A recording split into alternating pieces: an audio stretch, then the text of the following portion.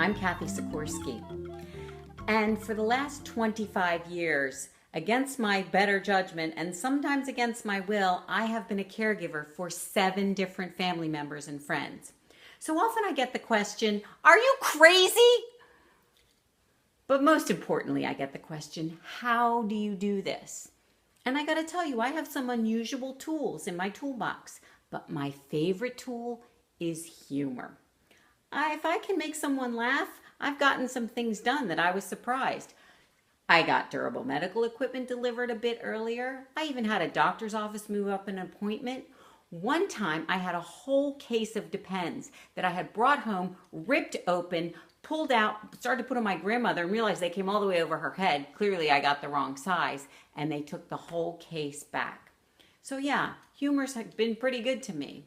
So I'd like to tell you a story about how I became bold as a caregiver, because you never know when this is going to happen to you, and caregiver is full of a lot of twists and turns that are unexpected. So in this story, I was the caregiver for my brother-in-law who has multiple sclerosis, and by this time he had become completely wheelchair bound and then consequently bed bound. And the visiting nurses called me one day, and it went something like this.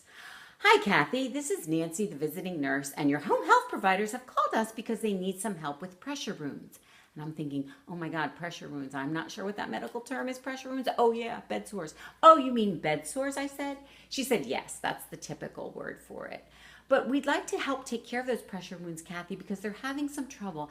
And we have these special medical derma patches that we can put on there to keep it clean and dry, which is the key to taking care of pressure wounds and getting them to heal faster. I said, well, that sounds wonderful. Because you know, Cathy, she said, your brother-in-law has pressure wounds in a very difficult place. It's so hard to keep it clean and dry in the area between the anus and the scrotum. Oh, dear Lord, I'm thinking. And I don't really know what to say to this, so the only thing that comes out of my mouth is, well, I don't have a scrotum, so that must be challenging. And then I think I'm going to save this conversation by saying, is there anything else I need to know? But I'm thinking, oh, dear Lord, please don't let there be anything else I need to know. I didn't really want to know that. And she says, no, there's nothing else you need to know. But just remember, we're going to keep an eye on that area just to make sure it gets better. Now I'm thinking, I am not going to keep an eye on that area on my brother-in-law. But I do hire some good people. And unfortunately, it does get worse and he has to go to the hospital.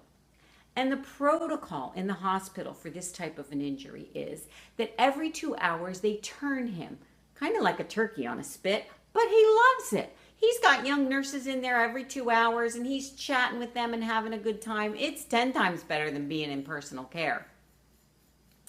And so I go in there every day to check on him. And this is what I didn't know about nurses. Now, you may know that as a caregiver, or some of you may be nurses and you'll know it. But my goodness, you get very excited when your protocols start to work. Every time I would go in there, they would say, oh, the wound is looking so good. First it was red, then it was pink, now it's white. It looks amazing. We can show it to you. Do you want to see it? Would you like to see it? No, I don't want to see it. It's not your prized tomato. No. But he got better, which was great. And he's home one day and the surgeon leaves a message, oh, you got to bring him back. We're going to do surgery. Really? One day? So, you think I should be able to call an ambulance, get him taken back to the hospital? No. You caregivers know how this goes. I can't just call an ambulance. I have to call the surgeon's office, who calls the insurance company to approve it, who calls the ambulance company, who then calls me to get the details. Now, this has happened so many times for so many things that Jenny, the dispatcher, she and I are like this. She calls me and says, hey, Cathy, it's Jenny. How are you?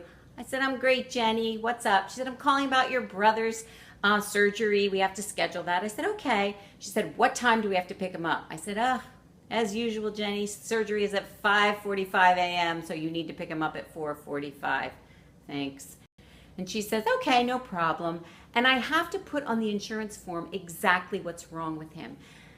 Now, in this day and age of HIPAA, I'm not supposed to be discussing my brother-in-law's private business or private parts for that matter. But I decide to go bold because I don't want to have any trouble with the insurance company. So I say, Jenny, my brother-in-law has to have a wound repaired between his anus and his scrotum. And as I hear clunk, clunk, clunk, Jenny drop the phone, I say to myself, gee, I hope I never have to use those words in a sentence again. So what did I learn from this? What I learned is obviously, yes, humor helps a whole lot, but I also learned about being bold.